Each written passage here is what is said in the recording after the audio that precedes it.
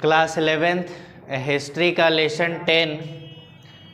Topic का नाम है चेंजिंग ट्रेडिशंस, परिवर्तित परंपराएं। और उसी परिवर्तित परंपराओं का पहला भाग निकल कर के आता है पश्चिमी यूरोप की 3 व्यवस्थाएं।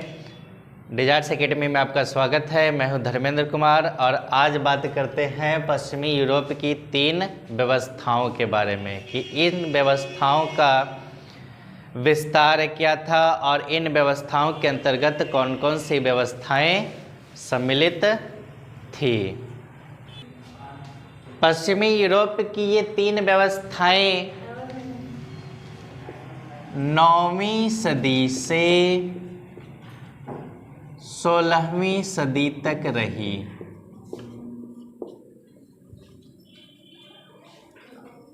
ऐसा माना जाता है कि प्राचीन जो रोमन साम्राज्य था, प्राचीन रोमन साम्राज्य था, इसका विघटन हुआ, इसका पतन हुआ 6ठी शताब्दी ईसा पूर्व में। 6ठी शताब्दी ईसा पूर्व में इसका पतन हुआ और पतन के बाद 6ठी शताब्दी से 12वीं शताब्दी ईसा पूर्व तक का जो समय था वो यूरोपीय इतिहास में मध्य युग के नाम से जाना गया। और इस रोमन साम्राज्य में एक नई नॉर्डिक जातियां आकर के बसने लगी और बसने के साथ साथ इसने अपना विस्तार कायम किया। पश्चिमी यूरोप का जो समाज था मध्य युग के टाइम पीरियड में अपने आप को 3 व्यवस्थाओं में जकड़ा हुआ महसूस पाता था। 3 व्यवस्था में अपने आप को जकड़ा हुआ महसूस पाता था। ये 3 व्यवस्थाएं थी। पहला सामंतवादी व्यवस्था,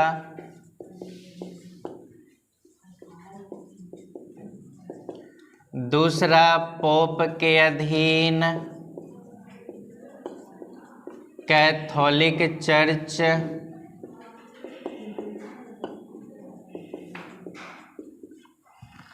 की प्रधानता,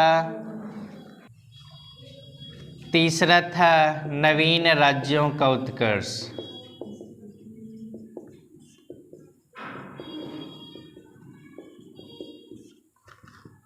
ये 3 व्यवस्था थी और इसी 3 व्यवस्था के तहत रोमन साम्राज्य के पतन के बाद जितनी भी नई नॉर्डिक जातियां थी ये सभी या जितने भी यूरोप के लोग थे अपने आप को इन्हीं 3 व्यवस्थाओं में जकड़ा हुआ महसूस पाते थे। और अब इन्हीं 3 व्यवस्थाओं के बारे में बारी बारी से बात करेंगे। इन 3 व्यवस्थाओं को जानने से पहले हम बात करते हैं कि जब रोमन साम्राज्य के पतन के बाद यूरोपीय समाज में इन 3 व्यवस्थाओं का जब से जन्म हुआ तब से यूरोपीय समाज ने 2 वर्गों को जन्म दिया। यूरोपीय समाज 2 वर्गों में अपने आप को बटा हुआ महसूस पाता था। एक वर्ग था शोषक वर्ग और दूसरा वर्ग था शोषित वर्ग।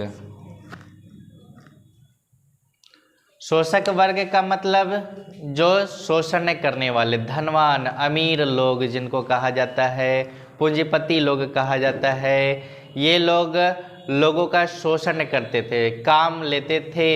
और दूसरा वर्ग कहलाता था शोषित वर्ग। शोषित वर्ग में ज़्यादातर कृषक आते थे और दास आते थे।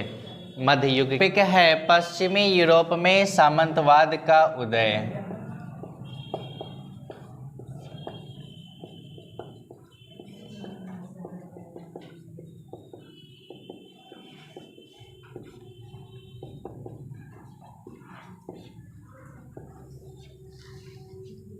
पश्चिमी यूरोप में सामंतवाद के उदय में जो पहली चर्चा आती है 68 से 814 ईस्वी,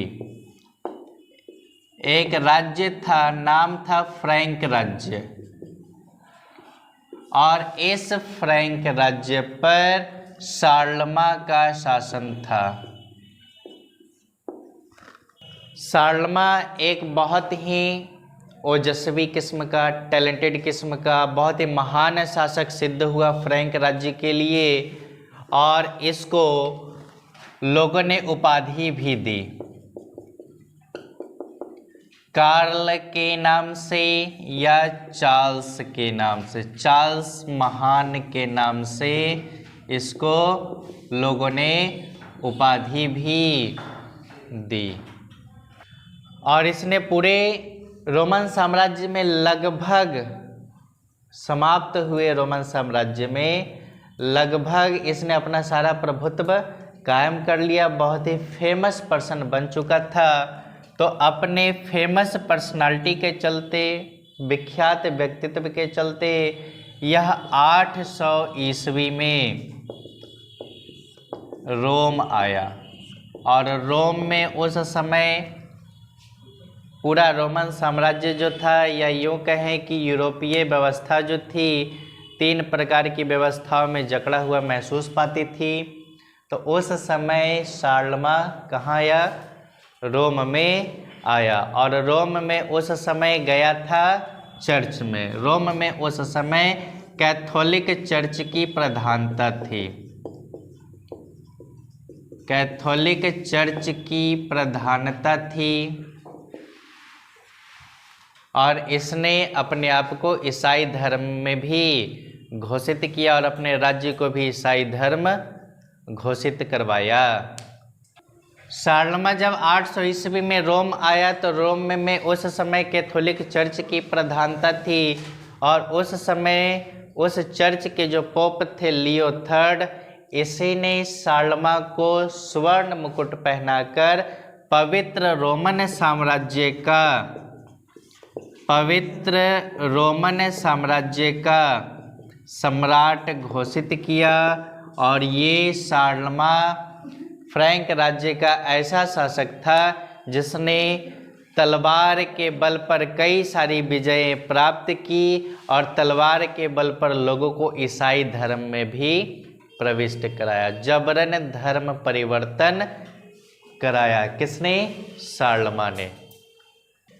अब बात करेंगे कि शार्लमा ने पवित्र रोमन साम्राज्य की स्थापना के लिए जितनी विजयें की, तो इनकी विजयों में इनके सैनिकों का बहुत बड़ा हाथ था।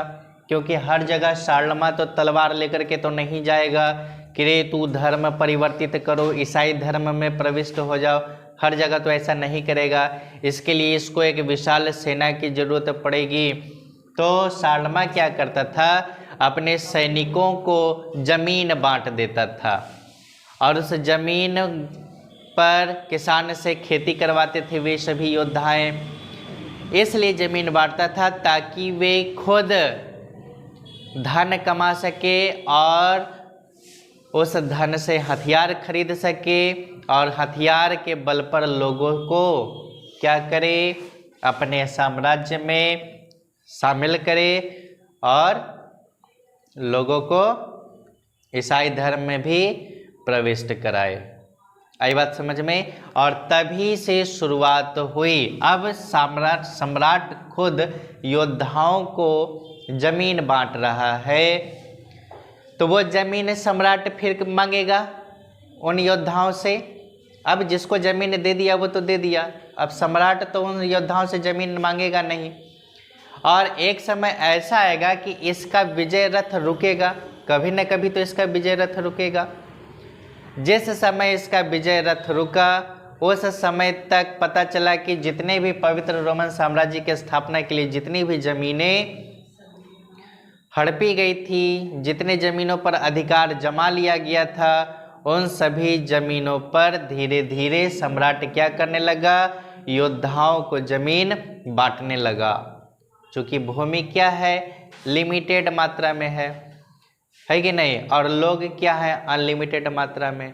अब लिमिटेड वस्तु को अनलिमिटेड लोगों में बांटा जा सकता है बराबर भाग से।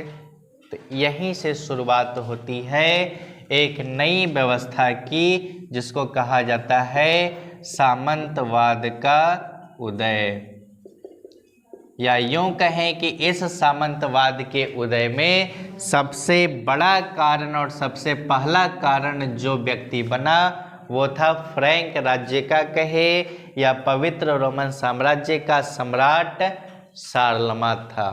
इसी ने शुरुआत की यूरोपीय समाज में सामंतवाद की, क्योंकि जितने भी सामंत थे वे सभी पहले कभी न कभी योद्धा हुआ करते थे, सैनिक हुआ करते थे, जो राजा के साथ युद्ध में क्या करते थे, सहयोग देते थे। और बदले में इनको मंथली इनकम नहीं मिलता था या ईयरली इनकम नहीं मिलता था, बदले में इनको ज़मीनें मिलती थी, ताकि उन्हीं ज़मीनों से प्राप्त आय से ये क्या करे, हथियार खरीद सके और हमारे साम्राज्य में सहयोग दे सके। लेकिन सम्राट कहिए या साम्राज्य कहिए, जब उदय होता है तो उसका पतन भी होता है। तो जैसे जैसे पतन के कगार पर आता गया साम्राज्य, धीरे धीरे उन लोगों का अस्तित्व अब उभर करके आने लगा जिन लोगों के पास ज़मीनें अधिक से अधिक मात्रा में हुआ करती थी, और उन्हीं ज़मीनों पर अब लोगों ने अपना अधिकार स्थापित करने लगे, उन्हीं का वर्चस्व अब बढ़ने लगा और एक नई व्यवस्था का जन्म हुआ। उस नई व्यवस्था को कहा जाता है सामंतवादी व्यवस्था। सामंतवाद, सामंतवाद का अंग्रेजी अर्थ निकलता है फ्यूडल सिस्टम या फ्यूडलिज्म। फ्यूडल का मतलब होता है जागीर, भूमि का ऐसा अंश या टुकड़ा जिसे टर्म्स एंड कंडीशंस के साथ सम्राट जो है अपने योद्धाओं को देता था या उन लोगों को देता था ताकि उन जमीन से कुछ आय प्राप्त हो सके। तो जो उस जमीन के मालिक होते थे यानी सम्राट जिनको जमीन देता था, वे लोग जागीरदार कहलाए, और यही जागीरदार को सामंत भी कहा जाता है। और इन्हीं लोगों की व्यवस्थाएं प्रचलन में जब आई तो यही प्रचलित व्यवस्था सामंतवादी व्यवस्था कहलाई।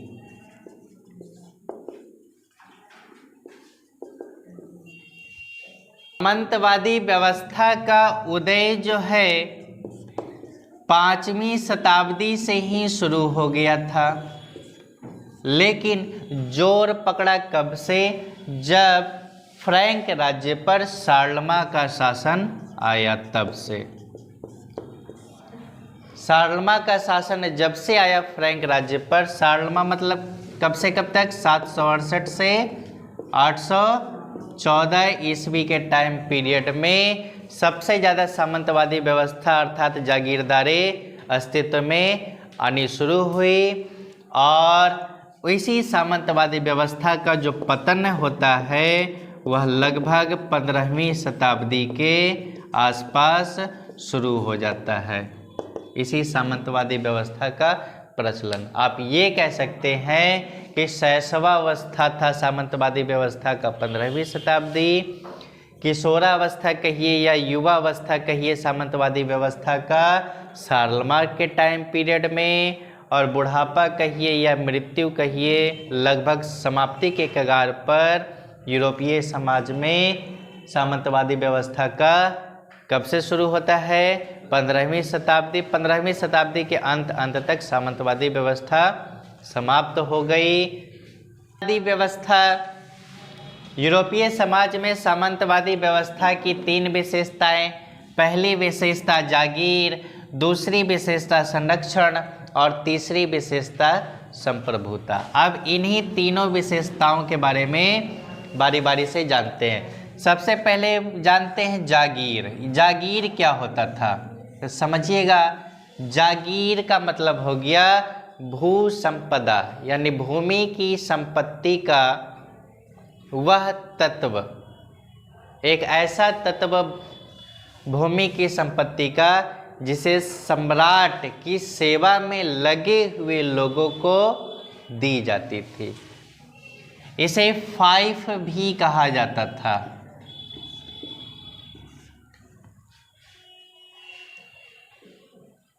सम्राट की सेवा में लगे हुए लोगों को भूमि की संपत्ति का कुछ हिस्सा, कुछ टुकड़ा दे दिया जाता था, जिसे लोग मतलब जो पाने वाले लोग होते थे वे उस भूमि को लेकर के अपना जीवन यापन उसी भूमि से करते थे। और जिन लोगों के पास भूमि अधिक से अधिक होती गई, यानी सम्राट की सेवा में ज़्यादा दिनों तक कोई व्यक्ति लगा रह गया, तो उस व्यक्ति के पास भूमि अधिक से अधिक होती चली गई। तो अधिक से अधिक भूमि होती चली गई तो उस भूमि के मालिक वे वही लोग हो गए जिनको भूमि सेवा वैतनिक के तौर पर मिली थी, और उसी भूमि के वे मालिक बन बैठे। और बाद में धीरे धीरे जब वे जागीरदार हुए, सामंतवादी व्यवस्थाएं जब धीरे धीरे समाज में प्रचलित होने लगी, तो उसी समाज में ये जागीरदार अर्थात सामंत वंशानुगत होते चले गए। अर्थात ये परंपरा कैसी हो गई? वंशानुगत हो गई। नेक्स्ट, संरक्षण की बात करें तो जिन व्यक्ति को भूमि मिलता था वे अपनी भूमि पर किसानों से मनमानी करवाते थे, अर्थात किसानों का या दास का शोषण किया करते थे ये लोग, और लोग उनसे डरते भी थे। डरने का कारण था सामंतवादी व्यवस्था में संरक्षण। संरक्षण का मतलब भूमि दाता यानी भूमि देने वाले और भूमि को पाने वाले।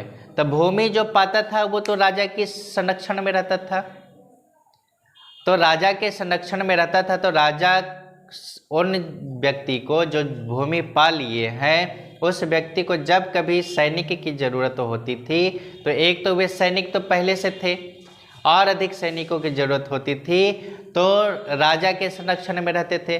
और जो व्यक्ति को जिस व्यक्ति के सर पर राजा का हाथ होगा उस व्यक्ति से कोई उलझेगा।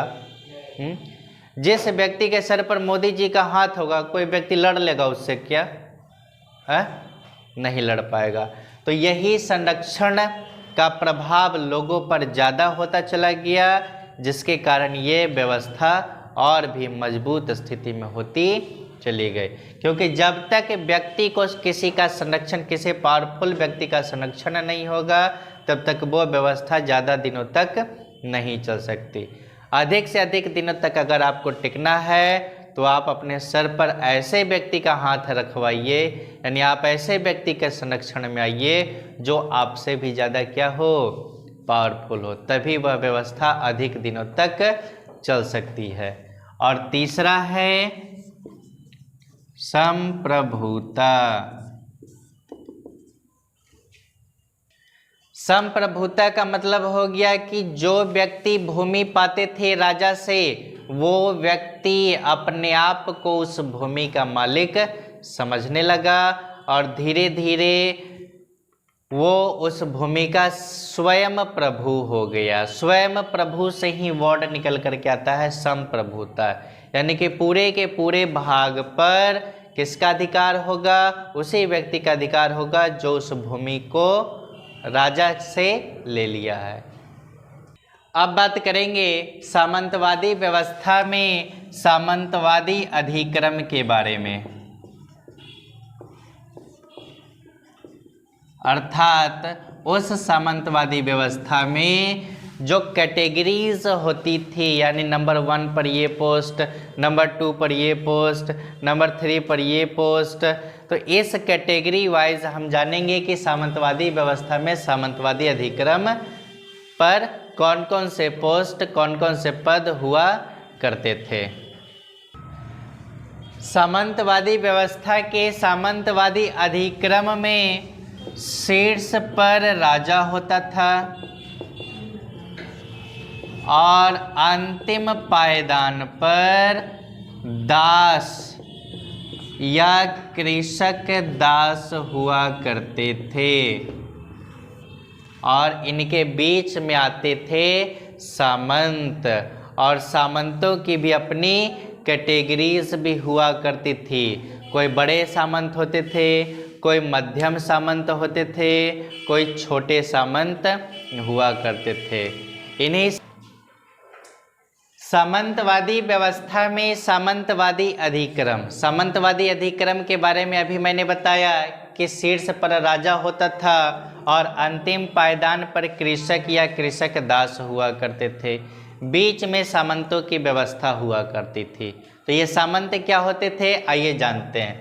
राजा अपनी सेवा में जिन लोगों को रखता था उन लोगों को लॉर्ड कहा जाता था, और इन्हीं लोगों को राजा अपनी सेवा के बदले पैसा न दे करके क्या देता था, जागीरें बांटता था। जागीरें अर्थात अभी बताया भूमि का वह टुकड़ा जो सेवा के बदले टर्म्स एंड कंडीशंस के साथ दी जाए। यानी जब तक आप राजा की सेवा में लगल रहिएगा तब तक जमीन आपकी, या जिस दिन धोखा दीजिएगा चाहे कुछ भी कीजिएगा तो वो जमीन आपसे क्या कर ली जाएगी, छीन ली जाएगी। तो इसी को कहा जाता है टर्म्स एंड कंडीशंस। तो जिन लॉर्ड को जागीरें दी जाती थी वे अपने आप को जागीरदार कहलाए। इन्हीं को सामंत भी कहा गया। इन्हीं लोगों की व्यवस्था सामंतवादी व्यवस्था ही कहलाई, और इनको ड्यूक या अर्ल कहा जाता था, क्योंकि ये तो राजा की सेवा में रहते थे और इनको मिल गया जागीर। तो एक तो राजा की सेवा भी करना है, ऊपर से जागीर की भी देखभाल करना है, तो इतना टाइम इन लोगों को नहीं मिला करता था। तो ये लोग क्या करते थे, अपने असिस्टेंट को रखते थे। हर व्यक्ति चाहता है कि हम जिस पोस्ट पर हों तो हमारा एक असिस्टेंट भी रहे। जैसे आप लोग देखते होंगे अभी वर्तमान समय में एक बड़ा वकील होता है, फिर उसका असिस्टेंट वकील होता है कि नहीं होता है। उसी प्रकार से इन ड्यूक या अर्ल के जो असिस्टेंट होते थे वे कहलाते थे बैरन, जिनको आप छोटे सामंत भी कह सकते हैं।